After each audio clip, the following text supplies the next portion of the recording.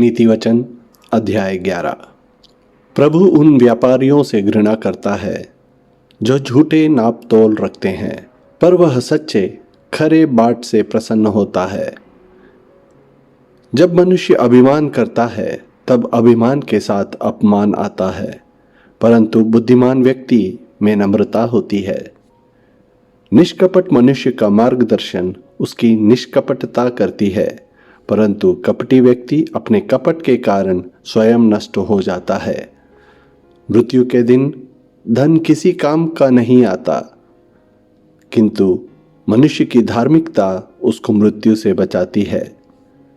निर्दोष मनुष्य अपनी धार्मिकता के कारण अपने जीवन मार्ग में सीधा चलता है, किंतु दुर्जन की दुर्जनता के कारण उसका पतन हो जाता है। निष्कपट मनुष्य की रक्षा उसकी धार्मिकता करती है, पर विश्वासघाती मनुष्य अपनी वासना के जाल में फंस जाता है।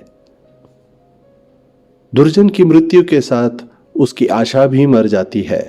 अधार्मिक मनुष्यों की आशा अंत में पूरी नहीं होती। धार्मिक मनुष्य संकट से मुक्त होता है, परंतु दुर्जन उसमें फंस जाता है। अधार्मिक मनुष्य अपने मुख के वचनों से अपने पड़ोसी को नष्ट कर देता है, पर धार्मिक मनुष्य अपने ज्ञान से अपने पड़ोसी को बचाता है। जब धार्मिक मनुष्य का कल्याण होता है तब संपूर्ण नगर जय जयकार करता है, किंतु दुर्जन के विनाश पर सब नगरवासी हर्ष मनाते हैं। निष्कपट व्यक्ति के आशीष वचनों से नगर की उन्नति होती है, परंतु दुर्जन के दुर्वचनों से वह ध्वस्त हो जाता है। जो मनुष्य अपने पड़ोसी को तुच्छ समझता है वह नासमझ है, परंतु समझदार व्यक्ति अपनी वाणी पर संयम रखता है। जो चुगलखोर इधर उधर चुगली खाता है वह भेद की बात को पचा नहीं सकता, परंतु जो मनुष्य हृदय से विश्वास योग्य है वह भेद की बात को छिपा कर रखता है।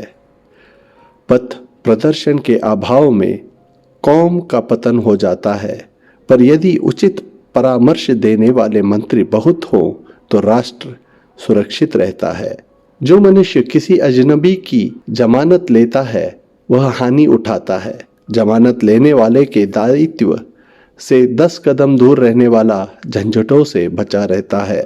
दयालु स्त्री का सम्मान होता है और कठोर परिश्रम करने वाला पुरुष धन प्राप्त करता है। जो मनुष्य दूसरों पर दया करता है वह स्वयं अपना हित करता है, पर निर्दयी मनुष्य स्वयं अपने पैरों पर कुल्हाड़ी मारता है। दुर्जन की कमाई मिथ्या है, पर धार्मिकता का बीज बोने वाला मनुष्य निश्चय ही सच्चा फल प्राप्त करता है। धर्म पर स्थिर रहने वाला मनुष्य सदा जीवित रहता है, पर जो दुष्कर्मों को गले लगाता है वह नष्ट हो जाता है।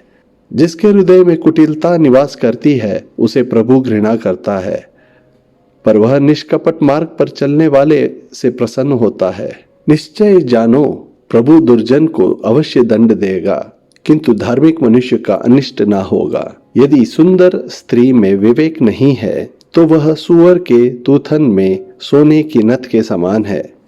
धार्मिक मनुष्य की अभिलाषा केवल भलाई होती है, पर दुर्जन की आशा का परिणाम प्रभु का क्रोध होता है।